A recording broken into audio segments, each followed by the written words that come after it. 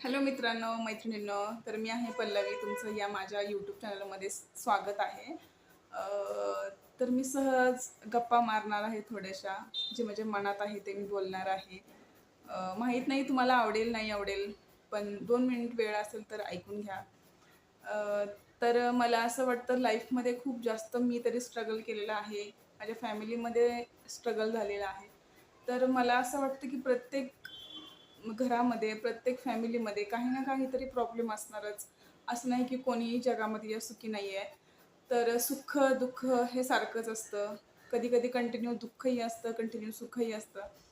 पण त्याला थोडा वेळ द्यावा, मला असं वाटतं. पेशन्स ठेवावा असं मला वाटतं. तर दुःख असतं ते कंटिन्युअसली नसतं. काही कालावधीपर्यंतच असतं. अ, तर कंटिन्यू दुःख आहे म्हणून मनाला हर्ट करून घेऊ नका. नशीब वाईट असं म्हणू नका.